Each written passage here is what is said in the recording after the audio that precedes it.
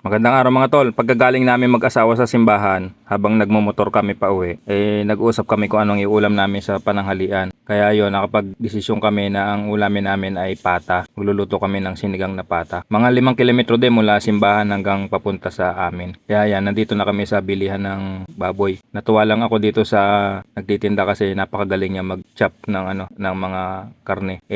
Medyo challenging yung pata kaya ibinidyo ko. Napakahusay niya. Pag taga niya ng isa, yung pangalawang taga niya doon pa rin sa unang tinamaan kaya hindi nadudurog yung karne. Sinamahan ko pa ngayon ng 2 binti ng baboy para madagdagan yung karne niya. 230 ang 1 kilo ng pata. Mabot yan ng 425 yung isang pata at saka yung 2 binti. Magaling tumaga tong si Kuya Shooter. Abangan yung mga tol, magluluto ako ng sinigang na pata. I-upload ko rin sa aking Facebook at YouTube. Siguradong masarap ang pananghalian namin kasi kumpleto kaming mag-anak. Maraming salamat sa panonood mga tol. Ingat tayo palagi. Please follow, heart, and comment.